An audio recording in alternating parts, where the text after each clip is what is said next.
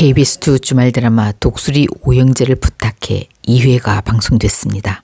이 드라마는 술도가를 배경으로 형수와 시동생 4명이 함께 살아가는 우여곡절 가족 이야기를 그려낼 예정인데요. 오늘은 결혼한 지 열흘 만에 교통사고로 남편을 잃고 한순간에 미망인이 되어버린 광숙이 이 고난을 어떻게 헤쳐나가는지 그 이야기를 해볼까 합니다. 물론 예고 영상에 저의 상상력을 더한 이야기라 본 방송과는 다를 수 있습니다.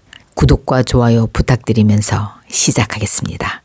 독수리 오영재를 부탁해 2회 엔딩 장면은 광숙의 달콤한 신혼생활이 예상치 못한 비극을 맞이하는 순간이 그려졌습니다. 신혼의 단꿈도 잠시, 남편이 갑작스러운 교통사고로 세상을 떠나며 광숙의 행복하고 희망찼던 삶이 순식간에 무너지고 말았습니다. 장수의 사망으로 그 역을 맡았던 이필모 배우가 하차하게 돼 많은 팬들이 아쉬움을 표했는데요. 그 빈자리를 한동숙 역을 맡고 있는 안재욱 배우가 어떻게 채워나갈지 기대됩니다. 광숙은 운명인지 동석과 여러 번 엮이는 상황에 처하게 되는데요.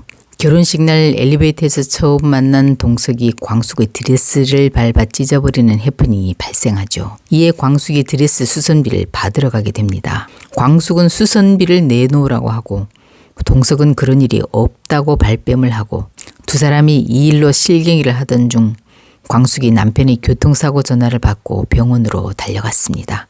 그리고 두 사람은 납골당에서 우연히도 다시 마주치게 됩니다.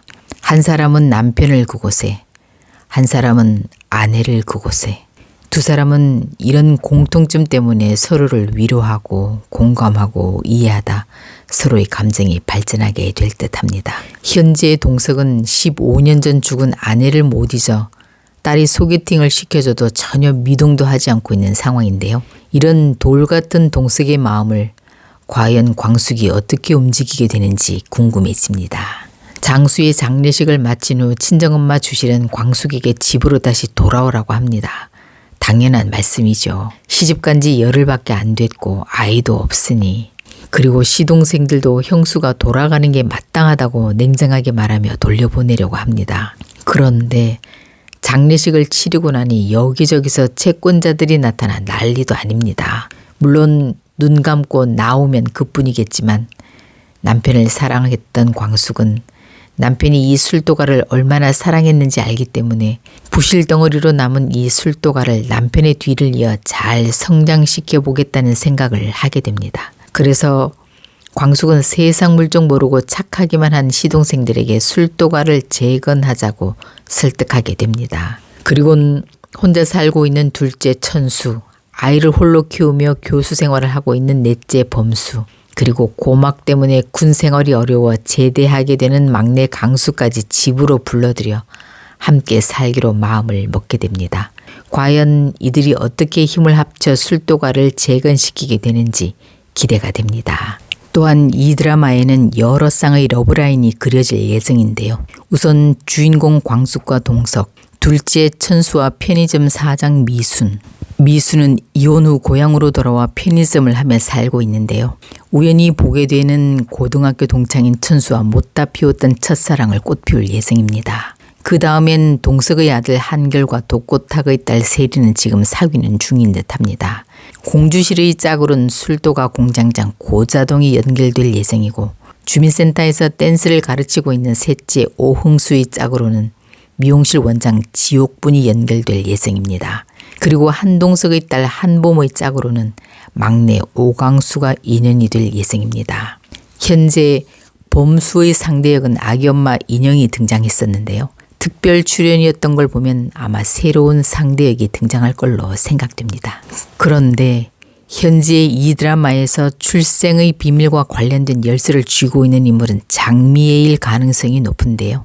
이 독수리 술도가의 5 아들 중 어느 아들이 미애가 젖먹이 때 버린 아들일까요? 장남은 죽었으니 4명 중에 1명일 텐데요. 저는 아무래도 막내 강수가 아닐까 하는 의심이 들긴 합니다. 이 외에도 2회에서 독고탁 장미애 2 사람이 장수의 결혼 소식을 듣고 의미심장한 표정으로 과거를 회상하는 장면과 장미애가 술도가 가족들을 보고 피하는 걸 보면 아무래도 이 사람들이 무슨 잘못을 한 것 같은데요.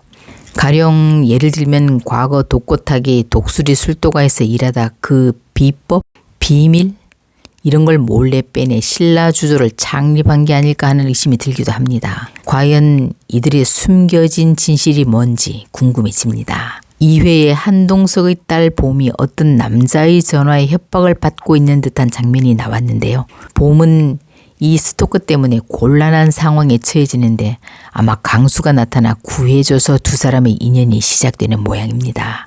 한편 한동석은 아내의 제사를 지낸 후 혼자 납골당에 아내를 보러 가는데요.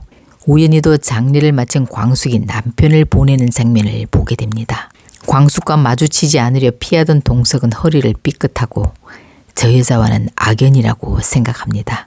그런데 동석은 며칠 전 자신에게 드레스 수선비 200을 달라고 온 광숙에게 그런 적 없다고 시치미를 뗐지만 결혼하자마자 남편까지 잃은 광숙이 안 된 마음에 수선비를 주러 찾아가며 인연이 시작될 듯합니다. 사랑하는 사람을 잃은 슬픔을 먼저 경험한 동석이 광숙을 위로하면서 두 사람의 인연이 시작될 듯한데요. 광숙은 넉살 좋게 호텔 사장인 동석에게 술도가를 재건하는 과정에서 어려움을 이야기하고 동석은 사업가로서 여러 가지 조언을 해주게 되고 이 과정에서 광숙의 밝은 에너지가 동석의 무거운 마음을 조금씩 덜어줄 것 같습니다.